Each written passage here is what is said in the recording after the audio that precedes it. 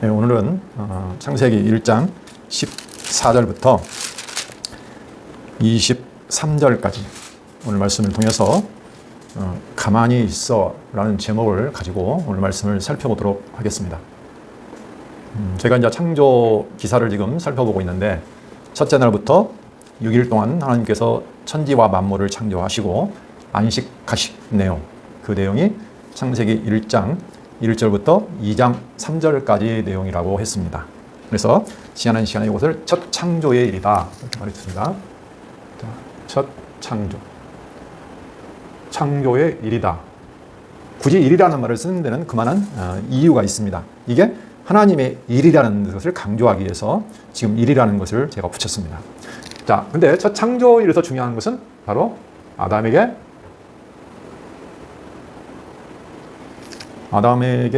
준 복이죠. 이것이 1장 1절부터 2장 3절까지. 이걸 전체적으로 보는 것이 굉장히 중요합니다. 자, 첫 창조, 천지 만물을 창조하시고 아담에게 복을 주시고, 그다음에 이제 또 이어진 내용도 중요합니다. 여기는 무엇을 창조하냐면, 우리가 보통 에덴 동산 창조. 그리고 여기에는 아담에게 준 금령이 나옵니다.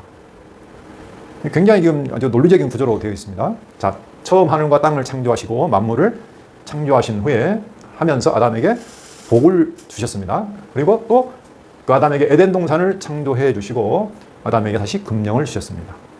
이 에덴 동산,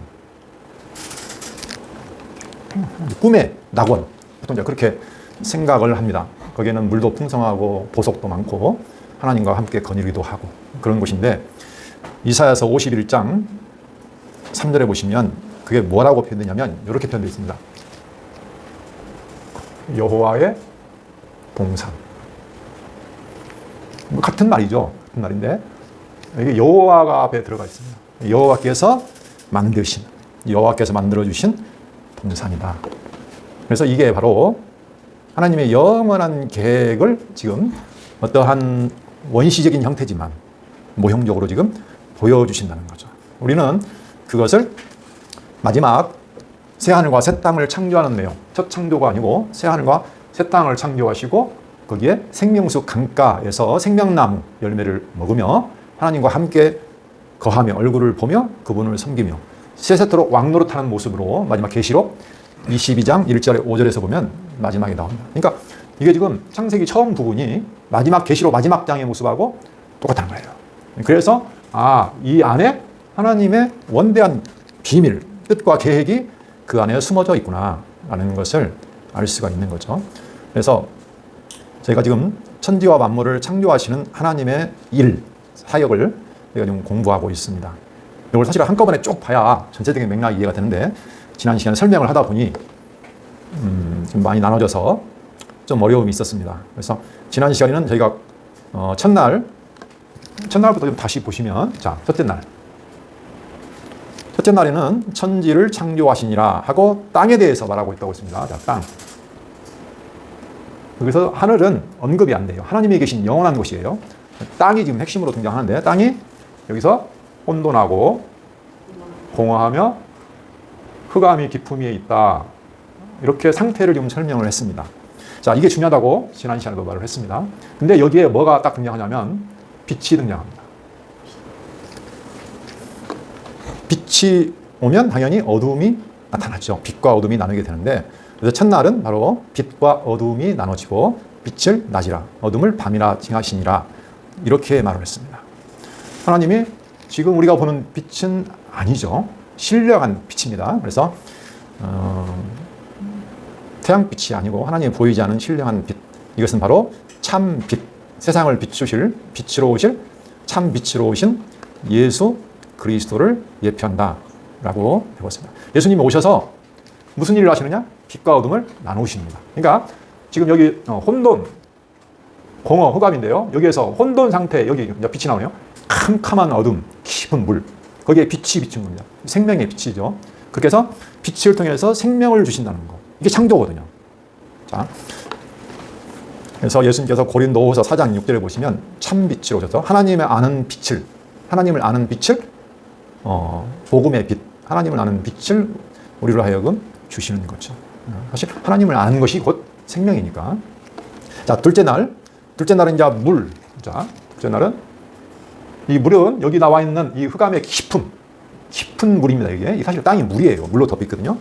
자, 그 캄캄하고 어둡고 혼돈스럽고 형태도 없고 텅 비어 있는 그 물, 땅에 궁창을 만드십니다. 그래서 궁창을 통해서 물과 물로 나뉘게 하신다라고 말을 했습니다. 궁창을 그래서 여기를 하늘이다 이렇게 말을 했죠. 하늘이라 칭하신다.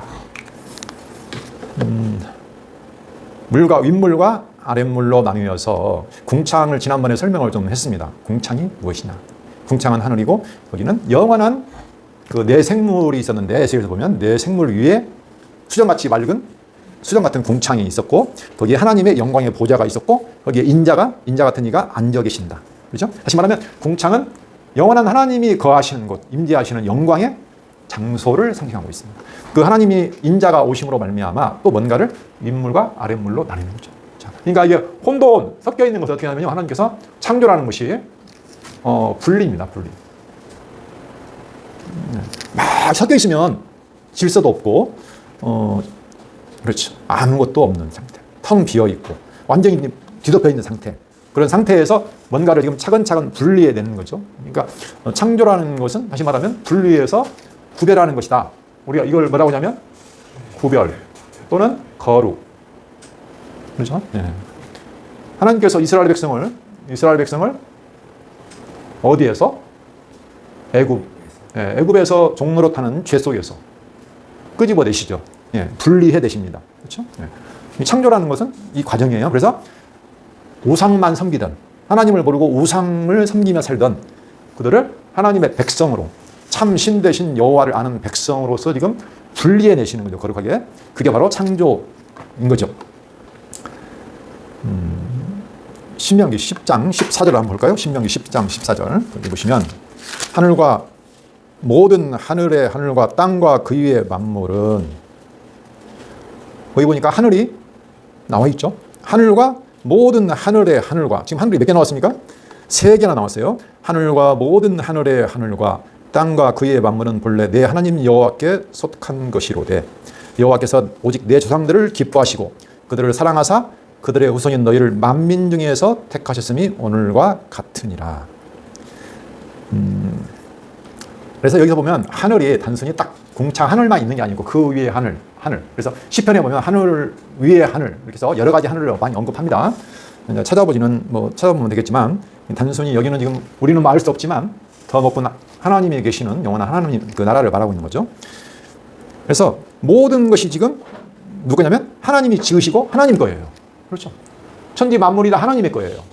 그 전능하신 하나님이 바로 어떤 하나님이냐? 너희를 기뻐해서, 너희를 사랑해서, 그죠? 너희를 택해서, 만민 중에서 택해서. 그래서 어떻게 했다? 구별했다는 거죠. 그게 바로 여호와다. 너희 행복을 위해서 너희를 지금 그 전능하신 하나님께서 너희를 구별해 내셨다라고 말씀하고 있습니다. 이스라엘의 하나님이야말로 누구냐? 바로 참신이다. 이거예요. 참신. 진정한 신이다. 너희가 정말로 의지하고 경배하고 의지할 유일한 하나님이다. 전능자다. 전능자. 그래서 천지 만물을 창조하는 것 가운데는 하나님의 놀라운 그 능력의 영광이 드러나 있습니다. 그렇죠? 누가 감히 하늘을 만들고 땅을 만들며 물을 나눌 수 있겠습니까? 근데 하나님이 바로 그런 분이라는 거예요. 그분이 이스라엘 너희를 지금 택하고 사랑하고 기뻐하사 너희를 택해서 지금까지 지금 인도에 왔다. 그러니까 이 창조 기사에는 지금 당시에는 직접적인 수신자가 누구냐면 이스라엘 백성입니다. 지난번에 말했듯이 지금 여기 가나안 땅, 여기가 요단강인데 지금 여기서 와가지고 애굽에서 나와가지고 광야에 40년 돌다가 여기 지금 요단강 저편 모압 평지에 지금 여기서 가나안 땅을 건너기 직전에 이걸 기록했기 때문에 지금 이스라엘 백성은 강대한 가나안 족속과 싸워서 이 땅을 지금 얻으러 가야 되는데 그들이 하나님을 또 세대 교체가 됐기 때문에 또 모르는 거예요. 그래서 지금 창조 기사와 이스라엘의 역사를 통해서 다시 한번 하나님에 대해서 우리를 지금 불러가지고 지금 여기가 인도하신 하나님에 대해서 지금 모세가 기록한 내용이거든요. 그렇죠? 이게 가장 해석의 첫 번째입니다. 그래서 우리를 인도하신 분이 누구냐? 천지 만물을 창조하신 전능자이다. 전능자가 우리를 택해서 우리를 기뻐해서 우리를 사랑해서 불러내었다는 거죠. 그리고 지금까지 인도에 오셨다는 것을 지금 강조하고 있습니다. 이렇게 하나님이 천지 만물을 창조하시고 전능자라는 것은 많은 곳에 시편이라든가 뭐 신명이라든가 많이 나와 있습니다. 자, 이렇게 해서 이제 궁창을 창조하시고 그다음에 셋째 날에는 여기 나눈 여기 아랫물, 자, 이 물에서 마른 땅 묻이 드러나라 하시고 여기다 모인 물이 있는데 물은 한 곳으로 모이라니까 묻이 드러나고 물은 모였습니다. 그래서 묻을 뭐라고 하냐면 땅이다. 모인 물을 바다다. 네. 지난 시간에 여기도 잠깐 언급을 했는데 시간이 무정해서 그냥 다시 한번 좀 보충한다고 말씀을 드렸습니다. 하나님께서 이 물로 덮인 아랫물 사이에서 묻을 드러나게 하십니다. 여기도 보면 무엇이 나타나냐면 바로 분리가 나타나 있죠. 분리. 그래서 모인 물에서 마른 땅을 나게 하신다. 이런 내용. 이것도 역시 마찬가지입니다. 이건 이제 이스라엘 역사를 기초로 한 거죠, 사실은. 자, 출애굽기 보시면 저희가 이제 알 수 있는 것이 홍해 바다. 그 다음에 이제 요단강 건널 겁니다. 아직 건너진 않았죠. 요단강. 이게 전부 다 뭐냐면 물이에요. 깊은 물. 근데 여기를 홍해 바다를 굳이 하나님께서 그쪽으로 안 가도 되는데 홍해 바다를 건너게 하시거든요. 그리고 요단강도 마찬가지예요. 굳이 이쪽으로 갈 이유가 없어요. 이리 가면 돼요. 근데 꼭 물을 건너게 하셔요. 그래서 홍해 바다 건너게 하시고 요단강 건너게 하세요. 그리고 그 전에도 보면 물이 등장하죠. 그 노아 홍수 심판 때 하나님께서 온 세상의 죄악으로 말미암아 물로 완전히 멸하시죠. 그런데 그 가운데서 구원하시는 역사를 하십니다. 창세기 7장 21절 거기 한번 볼까요? 창세기 7장 21절. 땅 위에 움직이는 생물이 다 죽었으니 곧 새와 가축과 들짐승과 땅에 기는 모든 것과 모든 사람이라. 육지에 있어 그 코에 생명의 기운의 숨이 있는 것은 다 죽었더라. 그런데 23절 보면 이들은 땅에서 쓸어버림을 당하였으되 오직 노아와 그와 함께 방주에 있던 자들만 남았더라. 남았다고 그랬죠. 8장 13절로 14절 한번 볼까요? 뒤에 601년 첫째 달 곧 그 달 초 하룻날에 땅에서 물이 거친지라. 노아가 방주 뚜껑을 제치고 본즉 지면에서 물이 거쳤더니 둘째 달 21의 날에 땅이 말랐더라. 땅이 말랐죠. 그래서 하나님께서 구원하셨습니다. 다 죄를 지어서 심판을 받아 마땅한데 하나님께서 특별히 택한 노아와 하나님의 언약을 주시고 노아의 방주를 통해서 구원해 내시죠. 그렇죠? 물에서 마른 땅으로 구원해 내십니다. 그리고 홍해바다도 마찬가지입니다. 홍해바다 사건은 출애굽기 14장에 보면 나와 있습니다. 우리가 잘 아는 것이니까. 여기도 보면 홍해바다가 물벽이 쌓이게 하시고 마른 땅으로 건너가게 하셨다 하는 내용이 나옵니다. 그 다음에 요단강을 건너는 사건, 여호수아 4장 22, 23 여기를 한번 볼까요? 지금 이제 요단강을 건너서 12돌을 취해가지고 기념돌을 가져오죠. 길가에다 딱 기념돌을 세웁니다. 그때 일어난 일인데 22절 보면 너희는 너희 자손들에게 알게 하여 이르기를 이스라엘이 마른 땅을 밟고 이 요단을 건넜음이라. 너희 하나님 여호와께서 요단물을 너희 앞에서 마르게 하사 너희를 건너게 하신 것이 너희 하나님 여호와께서 우리 앞에 홍해를 말리시고 우리를 건너게 하심과 같았나니. 자, 그러니까 이 사건이 같다는 거예요. 요단을 건너게 하신 하나님의 사건이나 홍해 바다를 건너게 하신 사건이 같다는 것입니다. 그래서 이는 땅의 모든 백성에게 여호와의 손이 강하신 것을 알게 하며 너희가 너희 하나님 여호와를 항상 경외하게 하려 하심이라 했습니다. 그러니까 이렇게 해서 하나님께서는 물에서 마른 땅이 나오게 하시고 마른 땅을 통해서 구원하신 역사, 이 역사를 통해서 다 구원이죠. 그죠? 하나님이 택한 백성, 이스라엘 백성, 그리고 택한 노아와 그 자손을 건져내신 사건. 이게 곧 창조라는 거죠. 우리 교회도 똑같습니다, 사실은. 우리도 다 죄 안에서 사망, 그죠? 사망의 종노릇하며 살아야 되는데, 하나님 특별히 당신의 택한 백성들을 누구를 통해서? 마른 땅 같은 예수 그리스도를 통해서 우리를 건져내게 하신다는 거죠. 이게 곧 창조가 물론 이 사건을 통해서 하나님의 어떤 전능하신 능력이 드러납니다. 그렇지만 영원한 하나님의 뜻을 역시 보여주고 있는 겁니다. 창세전에 계신 하나님의 영원한 뜻, 당신의 교회를 창조하시는 하나님의 뜻을 지금 볼 수 있는 거죠, 저희가. 자, 이렇게 해서 제가 3일치까지 한번 지난번에 공부했는데 거기를 한번 살펴봤습니다. 이제 네 번째, 오늘 궁창, 4일체. 자, 4일체는 뭘 하시냐면, 자, 하늘의 궁창에, 여기 보면 광명체, 그 다음에 별들을 만드시는 내용이 나옵니다. 거기 한번 볼까요? 자, 창세기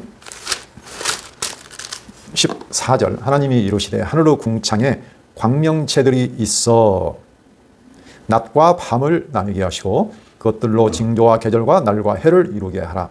또 광명체들이 하늘의 궁창에 있어 땅을 비추라 하시니 그대로 되니라. 자, 광명체들을 있으라 해서 그 광명체들로 말미암아 낮과 밤, 그리고 징조라는 것은 어떤 사인입니다. 사인, 어떤 표징. 그다음에 계절, 날과 해를 이루게 하라.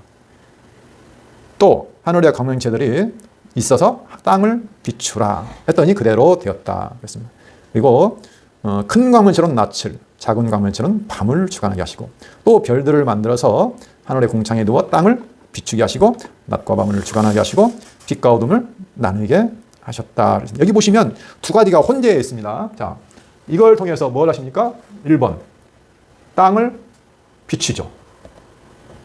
두 번째는 나뉘는 역사가 나옵니다. 빛과 어둠을 나누게 하시죠. 그죠? 주야를 나누시죠.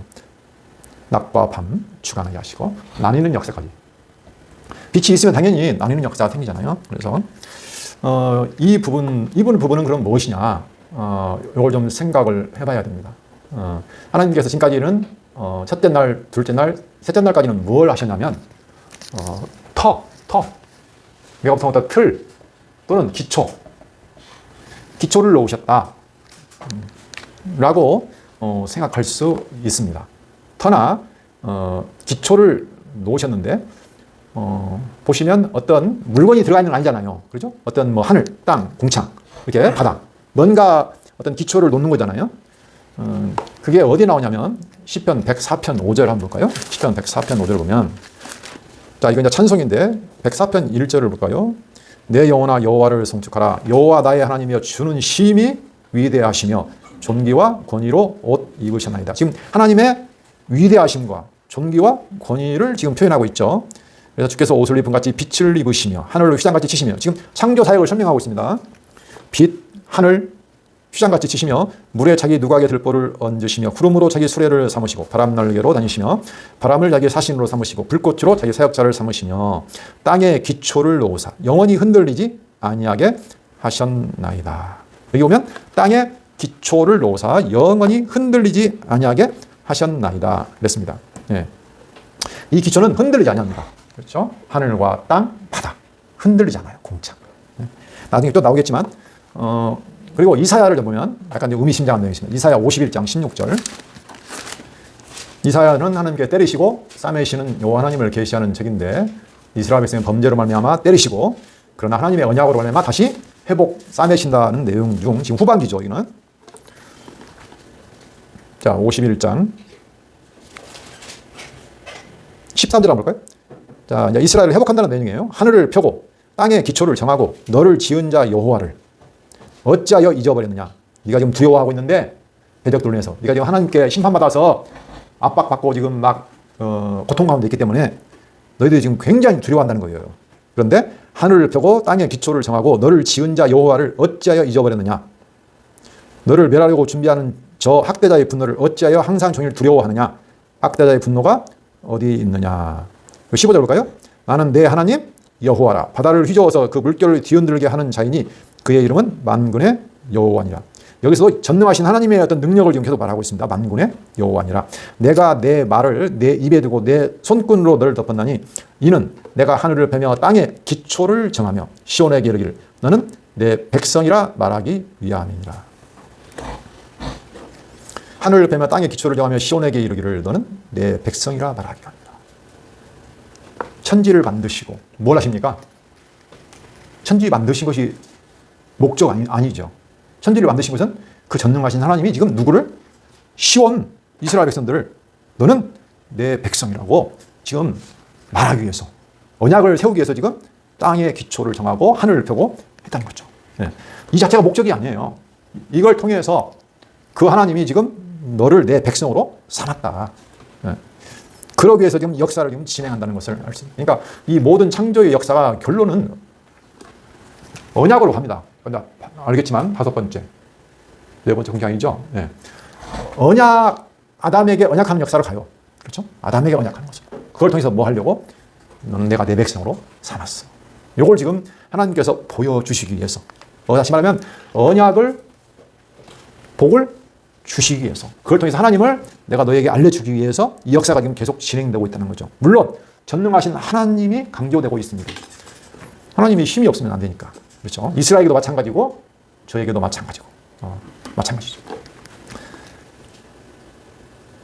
자, 그러면 이제 광명체들을 짓는데 이 광명체들은 우리가 보통 해, 달, 별, 뭐 큰 광명체, 작은 광명체 했기 때문에 좀 헷갈릴 수 있는데 그냥 해, 달, 이렇게 별하면 얼마나 편해요. 근데 굳이 큰 광체, 뭐 작은 광체 이렇게 해가지고 좀 헷갈리게 합니다.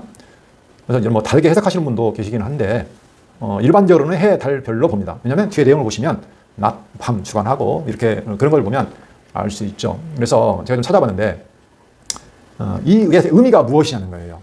하늘. 여러 가지 의미가 있습니다. 이건 첫 번째 의미를 보면 자, 신명기 4장 15절로 19절. 이 모세오경을 썼을 때는 신명기까지 같이 썼기 때문에 신명기에서 보는 게 맞습니다. 그래서 신명기 4장 15절로 19절. 여호와께서 호렙산 불길 중에서 너희에게 말씀하시던 날에 너희가 어떤 형상도 보지 못하였은즉 즉 너희는 깊이 삼가라. 지금 형상을 경계하고 있습니다. 그리하여 스스로 부패하여 자기를 위해 어떤 형상대로든지 우상을 새겨 만들지 말라. 남자의 형상이든지 여자의 형상이든지 땅 위에 있는 어떤 짐승의 형상이든지 하늘 나는 날개 가진 어떤 새의 형상이든지 땅 위에 기는 어떤 곤충의 형상이든지 땅 아래 물속에 있는 어떤 어족의 형상이든지 만들지 말라. 그렇죠? 지금 이스라엘 백성에게 경계하는 내용이 뭐냐면 너희가 지금 뭔가를 형상을 섬기고 있다는 겁니다. 지금. 그렇죠? 그 형상이 지금 한두 가지가 아니에요. 남자, 여자, 땅 위, 아래, 날개, 뭐 땅 속, 땅 아래, 물 속, 날개 가진 새, 자기를 위해서. 근데 하나님은 너에게 처음에 그 신에 나타날 때 형상이 없었다. 형상 없었다. 그 말을 하시는 거예요. 19절. 또 그리하여 내가 하늘을 향하여 눈을 들어. 이거가 중요합니다. 내가 하늘을 향하여 눈을 들어 해와 달과 별들. 여기 나오죠. 해와 달과 별들. 하늘 위의 모든 천체 곧 너희 하나님 여호와께서 천하 만민을 위하여 배정하신 것을 보고 미혹하여 그것에 경배하며 섬기지 말라. 그러면 당시에 해나 달과 별 전체를 사람들이 미혹되어서 섬겼다는 내용입니다. 그렇죠? 근데 이것들은 다 누가 만들었냐면 여호와 하나님께서 만드셔서 배정하신 거예요. 누구를 위해서? 천하 만민을 위해서, 너희를 위해서 지금. 아니, 자기를 위해서 만들었는데 자기를 위해서 만든 이런 것들을 보고 섬긴다는 거예요. 참 하나님이 그렇잖아요. 하나님이 우리 이스라엘을 위해서, 우리 사람을 위해서 만들었는데 사람이 또 그걸 섬겨요. 우리를 위한 건데 우리가 가를 섬겨요. 이런 현상이 있다는 거죠. 그래서 우리가 섬겨야 할 유일한 대상이 누구냐? 바로 여호와 하나님이다. 그래서 절대로 어떤 우상도 새기거나 조각하지 말라. 하나님이 가만두지 않으신다. 여기서 보면 우상과 관련이 있다는 걸 알 수 있어요. 사람들이. 그러니까 이런 너희가 지금 특히 애굽, 파라오, 해를, 태양신을 섬겼잖아요. 달, 별로 점성스러운 것이 유행했거든요. 그 당시에. 그렇죠? 동방박사도 별 보고 점쳤잖아요. 그런 것처럼. 그래서 사람들은 해가 아니면 사람이 살 수가 없잖아요. 해가 얼마나 대단하고 위대한 존재입니까? 그렇죠? 해가 떠야 사람이 생명이, 햇빛이 비치고 따뜻한 기운이 있어야 생명이 자라고. 해 없으면 죽무죠. 달, 별, 할 것 없이. 그래서 사람들은 하나님이 보이지 않으니까 어떤 보이는 것들을 대상으로서 섬기면서 자기 소원을 비는 거예요. 자기를 위해서. 오직 하나님이 창조하신 것이다. 지금 그걸 말하고 있는 거죠. 그러니까 이제 당시에 이스라엘 백성들에게는 분명히 출애굽기나 신명기 율법에 보면 전부 다 우상 금지예요. 그렇죠? 하나님은 형체가 없으셔. 절대로 이런 거 섬기지 마라. 이건 하나님이 다 지으신 거야. 그런 의미를 가지고 있다는 것을 우리가 알 수 있습니다. 이런 것들은 그러면 다 뭐 하는 것일까요? 이것들은 나름대로 화려하고 광채도 나고 대단한 거잖아요. 이것들이 다 뭐냐면 하나님이 지으신 것들로 너희들을 위해 준 것인데 하나님의 영광을 드러내는 거라는 거죠. 예, 하나님의 영원한 능력과 은혜와 영광을 드러내는 거. 그러니까 우리가 만물을 통해서 누구를 봐야 됩니까? 하나님. 그렇죠? 모든 걸 통해서 아침에 일어나서 눈 뜨고 새들이 시어기고 해가 뜨고 이런 걸 통해서 우리는 그걸 지으시고 우리에게 주신 은혜로 주신 하나님을 찬송하고 경배하고 영광을 드려야 되는데 모른다는 거예요. 예, 지금 그런 현실이 있죠. 그래서 시편에 보면 그런 내용들이 많아요. 하나님의 하늘이 하나님의 영광을 찬송하고 궁창이 하나님의 영광을 노래하고 이런 것들이 많거든요. 그러니까 모든 천지 만물이 지금 하나님을 찬송하고 있는 거예요. 하나님의 영광을. 사람만 못 봐요. 예. 다 하나님의 모든 걸 계시하고 계시는데 그렇거든요. 자, 좀 더 찾아볼까요? 자, 이 궁창 이사야 60장 한번 볼까요? 이사야 60장. 60장 1절을 보시면 일어나라 빛을 발하라. 이는 내 빛이 이르렀고 여호와의 영광이 내 위에 임하였습니다. 여호와의 영광의 빛이 지금 누구에게? 예루살렘 이스라엘에게 임하였으니까 너 일어나 빛을 발하라 라고 했습니다. 당시에 이스라엘은 하나님의 진노를 봐서 캄캄한 어둠 가운데 대적의 핍박 가운데 심판 가운데 임했거든요. 근데 하나님이 영광의 빛을 비춰 주시겠다는 것입니다. 자, 19절로 좀 계속 읽으면 좋겠지만 시간이 없으니까 19절로 볼까요? 이제 계속 하나님께서 빛을 주겠다는 거예요. 내가 너를 영화롭게 하겠다. 빛을 주어서 너를 다 섬기게 하겠다. 그런 말 하시고 19절 보시면 마지막에 뭐라고 하시면 다시는 낮의 해가 내 빛이 되지 아니하며 달도 내게 빛을 비추지 않을 것이요. 자, 세상에 빛을 주는 존재가 해와 달인데 낮의 해가 내 빛이 되지 아니하며 달도 내게 빛을 비추지 않을 것이요. 오직 여호와가 내게 영원한 빛이 되며 내 하나님이 내 영광이 되리. 그러니까 결국 해와 달은 모든 빛 그리고 영광의 상징인데 누가? 여호와께서만이 진정한 빛, 영광이 돼서 너에게 비추겠다는 거죠. 다시는 내 해가 지지 아니하며 내 달이 물러가지 아니할 것은 여호와가 내 영원한 빛이 되고 내 슬픔의 날이 끝날 것이니라. 내 백성이 다 의롭게 되어 영원히 땅을 차지하리니 그들은 내가 심은 가지요. 하나님이 심은 가지요. 내가 손으로 만든 것으로서 하나님의 손으로 만든 것으로서 나의 영광을 나타낼 것인즉. 그렇죠? 때가 되면 나 여호와가 속히 이루리라. 이스라엘, 예루살렘 하나님이 영원한 빛과 영광에 대해서 너에게 비춰 주시겠다. 이 해달별은 건 뭐예요? 잠깐 비추는 것들이잖아요. 세상에 비춰진 것들. 나름대로 영광이 있어요. 이것은 결과적으로 그러니까 해달 별들은 결국 하나님의 영원한 영광의 빛을 설명해 주는 것. 우리로 하여금 느끼게 해주는 하나의 모형이라는 거죠. 모형. 예. 그럼 우리는 여기에 빠져가지고 섬기는 게 아니고 진정한 빛, 영원한 영광이신 여호와. 그분을 섬긴다는 거죠. 어차피 이제 이스라엘 백성들은 이런 의미가 사실 강합니다. 그렇죠? 좀 더 볼까요? 예레미야 31장. 31장 35절로 37절. 여기는 새 언약에 대한 내용입니다. 예레미야는 새 언약을 이제 이스라엘에게 옛 언약을 폐하고 새 언약을 세울 것이다 하는 내용이 31장 31절에 보면 여호와의 말씀이니라 보라 날이 이르니 내가 이스라엘 집과 유다 집에 새 언약을 맺으리라 이렇게 말을 하시고 다 읽으면 좋겠지만 34절 볼까요? 그들이 다시는 각기 이웃과 형제를 가르쳐 이르기를 너는 여호와를 알라 하지 아니하리니 이는 작은 자로부터 큰 자까지 다 나를 알기 때문이라. 내가 그들의 악행을 사하고 다시는 그 죄를 기억하지 아니하리라. 여호와의 말씀입니다. 이제 새 언약을 세워서 내가 새 일을 행하겠다. 그래서 모든 자라 하여금 나를 여호와로 알게 하시고 모든 죄를 속해 주겠다. 그렇게 말씀하시고 35절 여호와께서 이와 같이 말씀하셨느니라. 그는 해를 낮의 빛으로 주셨고 달과 별들을 밤의 빛으로 정하셨고 바다를 뒤흔들어 그 파도로 소리치게 하나니 그의 이름은 만군의 여호와니라. 이 법도가 내 앞에서 패할진대 이스라엘 자손도 내 앞에서 끊어져 영원히 나라가 되지 못하리라. 여호와의 말씀.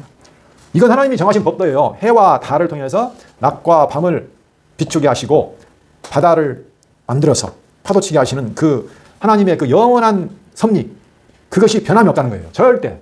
그렇죠? 그런 것처럼 이스라엘 자손도 어떻게 한다고요? 내 앞에서 내 언약이 영원하다. 만약에 그 해와 달이 막 바뀌었다든가 막 못이 막 이상하게 변했다든가 그러면 내 언약도 끊어지겠지만 결코 그런 일은 없다. 이 법도는 패하지 아니한다. 그래서 이스라엘도 내 앞에서 결코 어떻게 된다? 끊어지지 아니야. 왜? 이스라엘이 거룩해서 하나님 앞에 의로워서가 아니죠. 이스라엘 하나님 앞에 범죄만 했잖아요. 무엇 때문에? 하나님 자신이 여호와이기 때문에 언약을 영원토록 이루시는 분이기 때문에 여기서도 보면 하나님께서 해 낮의 빛으로 달 밤의 빛으로 정하셨다고 했죠. 네. 결과적으로 이 빛, 영원한 영광과 빛, 이것은 진정한 빛, 생명의 빛, 영광의 빛으로 비춰주실 누구? 하나님, 예수 그리스도. 자, 예수님께서 요한복음 1장 4절에 보면 내가 세상에 빛으로 오셨다 하는 내용이 나오죠. 그 다음에 계시록 마지막에 보면 이 빛이 지금은 잠깐 동안 비치고 뭐 그러지만 그때 가면 하나님께서 이제 영원토록 비치세요. 자, 계시록 21장 볼까요? 이제 마지막 그 빛의 의미가 지금 우리가 보는 해와 달과 별과 빛은 사실은 영원한 영광의 빛이 되신 어린 양 예수 또는 하나님의 하나의 계시체, 모형으로 보여주는 존재라는 것을 우리가 알 수 있습니다. 자, 21장 11절. 지금 새 하늘과 새 땅을 설명하면서 새 예루살렘을 지금 말하는 과정 중에 있습니다. 새 예루살렘, 바로 예쁘게 단장한, 거룩하게 단장한 어린 양의 신부를 새 예루살렘으로 표현하는데 그 11절 보면 하나님의 영광이 있어 그 성의 빛이 그 거룩한 하나님께 내려오는 거룩한 새 예루살렘 성의 빛이 지극히 귀한 보석 같고 벽옥과 수정같이 맑더라. 무엇 때문에? 하나님의 영광의 빛 때문에 우리도 어린 양의 신부도 이런 빛처럼 빛나게 된다. 그러니까 우리도 그 하나님의 영광의 빛을 받기 때문에 그 빛이 성황에 있기 때문에 똑같이 빛나는 거예요. 아름답게. 그렇죠? 네, 23절. 자, 성안을 보여주는데 그 성은 해와 달의 비침이 쓸데없으니 이는 하나님의 영광이 비치고 어린 양이 그 등불이 되십니다. 하나님과 어린 양, 영광과 그 등불의 빛이 비치기 때문에 이제는 해와 달의 비침이 쓸데없다는 거죠. 지금까지 계시록에서는 해와 달이 비쳐야 돼요. 그렇죠? 그러나 이게 누구를 상징하고 있다? 하나님과 어린 양의 영원한 영광의 빛과 어린 양의 등불을 상징하고 있다는 것을 우리가 지금 알 수 있죠. 22장 마지막 5절 보시면 22장 5절 다시 밤이 없겠고 등불과 햇빛이 쓸데없으니 이는 주 하나님이 그들에게 빛이십니다. 그렇죠? 예. 이제는 쓸데없어요. 새하늘 가면은 아무 쓸데없어요. 이것들은 지금까지 계시세계에서 그 영광의 빛을 우리에게 가르쳐주는 희미하지만 보여주는 것이지 영원한 것은 아니라는 거죠. 예. 예수님께서도 16절 22장 16절에 보면 나 예수는 교회들을 위하여 내 사자를 보내 이것들을 너에게 증언하게 하였노라. 나는 다윗의 뿌리요 자손이니 곧 광명한 새벽 별이라 하시더라. 별이 언제 빛납니까? 캄캄한 어둠에서 새벽 찬란하게 빛나는 그 빛. 그게 바로 어린 양 예수. 네. 하나님께서 우리를 창조하신다는 것은 이제는 어떻게? 어둠 가운데, 흑암 가운데 있던, 캄캄한 어둠 가운데 있던 우리를 영원한 빛 가운데, 영광의 빛으로 만들어 주신다는 거죠. 그 빛이신 하나님이 우리를 빛으로 역시 만들어 주세요. 이게 전부 이걸 해결하시는 내용이에요, 지금. 그렇죠? 혼돈, 텅 비어 있는 거, 흑암, 빛으로. 혼돈을 분리해서 구별해내서 이제는 나누시죠. 자, 그 다음에 다섯 번째. 자, 여기 빨리 끝나도록 하겠습니다. 자, 다섯 번째. 자, 20절. 하나님이 이르시되 물들은 생물을 번성하게 하라. 땅이 하늘에 공창이는 새가 나르라 하시고 하나님이 큰 바다 짐승들과 물에서 번성하게 움직이는 모든 생물을 그 종류대로 날개에 있는 모든 새를 그 종류대로 창조하시니 하나님 보시기에 좋았더라. 하나님이 그들에게 복을 주시며 이르시되 생육하고 번성하여 여러 바닷물에 충만하라. 새들도 땅에 번성하라 하시니 저녁이 되고 아침이 되니 이는 다섯째 날이니라. 하나님이 물에서 다섯째 날 물에서 생물이 나게 하십니다. 물에서 생물이 나게 하시고 그 다음에 궁창에는 새가 물에서 생물 큰 바다 짐승들과 물에서 번성하여 움직이는 모든 생물을 종류대로 날개 있는 모든 새를 그 종류대로 창조하셔서 그들에게 복을 주셔서 어떻게 합니까? 생육하고 번성하여 여러 바닷물에 충만하라. 새들도 땅에 번성하라. 여기에 처음으로 지금 복이 등장합니다. 자, 이런 생물과 모든 하늘에 사는 새들을 창조하시고 여기서 복을 주십니다. 복의 내용이 뭐냐면 생육, 번성, 충만. 그렇죠? 생육, 번성, 충만. 이렇게 해서 터만 있었는데 어떻게 시켰냐? 텅 비어있는 공허 아무것도 없다고 그랬죠? 여기에 채워 넣어요. 하나님의 생명을 주셔서 다 채워 넣으십니다. 그래서 생육, 번성, 그 다음에 충만 이렇게 채우세요. 하나님께서 이스라엘 백성들도 마찬가지죠. 생육, 번성, 땅을 정복하라 하면서 이제 그 똑같은 언약을 해주시는데, 이 채운다는 의미는 다음 시간에 좀 넘겨야 되겠네요. 시간이 지금 돼서 여기까지 마치려고 했는데, 어차피 이것도 마찬가지입니다. 진정한 체험이라는 게 무엇일까? 충만하게 된다는 것이 무엇일까? 이것을 좀 더 생각해 보시고 다음 시간에 이어서 살펴보도록 하겠습니다. 저희는 창세기를 통해서 하나님께서 창조를 하시고 아담에게 이제 복주기 시점까지 왔습니다. 거의 진정한 그 핵심은 지금 아담 창조하고 복 주시는 거거든요. 이 역사를 통해서 하나님은 영원한 계획도 드러내시고, 그리고 이제 하나님이 아담을 불러서 복 주시고 그 복을 이루어주시는 섭리 역사를 시작할 준비를 하신 겁니다. 그렇죠? 창조를 통해서 틀을 만드시고 천지 만물을 다 지으시고 누구에게 주시기 위해서? 아담에게 주기 위해서. 그렇죠? 그런 의미가 있고, 또 이스라엘 백성들에게는 그들을 부르신 하나님이 바로 누구냐? 천지 만물을 모든 걸 지어서 주신 하나님. 그 어떤 우상이 아니고 진정한 신이신 하나님이 바로 누구다? 너희를 택하고 불러내고 기뻐하시고 사랑하셔서 지금까지 인도해 드신 분이다. 너희들 두려워하지 말아라. 요단강 건너갈 때 두려워하지 말아라. 이렇게 말씀하시죠. 왜냐? 누구의 힘으로 거기를 가니까? 주의 힘으로. 네. 자, 출애굽기 14장 13절로 14절 보면서 마치도록 하겠습니다. 자, 출애굽기 지금 여기가 무슨 사건이냐면 홍해바다 건너기 전 사건이에요. 자, 애굽의 군대가 뒤에서 쫓아옵니다. 그리고 이스라엘 백성은 이제 홍해바다 앞에 섰어요. 근데 막 두려워요. 우리 죽게 생겼어요. 어떻게 하나님이 우리를 죽이려고 합니까? 그럴 때에 13절 모세가 백성들에게 말합니다. 모세가 백성에게 이르되 너희는 두려워하지 말고 가만히 서서 여호와께서 오늘 너희를 위하여 행하시는 구원을 보라. 너희가 오늘 본 애굽 사람을 영원히 다시 보지 아니하리라. 여호와께서 너희를 위하여 싸우시리니 너희는 가만히 있을지니라. 오늘 제목이 가만히 있어잖아요. 이 일은 누가 하시냐? 하나님이 하십니다. 그래서 너희는 가만히 있어. 여호와께서 하셔. 주의 힘으로 하세. 그래서 너희로 하여금 영원한 찬송을 부르게 하실 거야 라고 말씀하시는 거죠. 기도하겠습니다. 살아계신 여호와 하나님 아버지 감사합니다. 창세 전에 저희에게 두신 영원한 뜻과 계획을 성경을 통해서 알게 하시고, 이 역사를 통해서 우리를 부르신 하나님이 어떤 분이신지, 그분이 우리를 어떻게 인도하시는지 깨닫게 하시고, 죄와 사망 가운데 몸부림치지만 그 안에서 우리를 건져내서 인도하시고 보호하시고 약속대로 이끌어 가시는 여호와 하나님을 알게 하시니 감사합니다. 이 모든 삶을 통해서 저희 마음이 평강을 얻게 하여 주시고, 여호와께서 주의 힘으로 하신다는 사실을 통해서 우리 마음의 모든 짐을 내려놓고 쉼을 얻을 수 있도록 인도하여 주시옵소서. 예수 그리스도 이름으로 기도합니다. 아멘.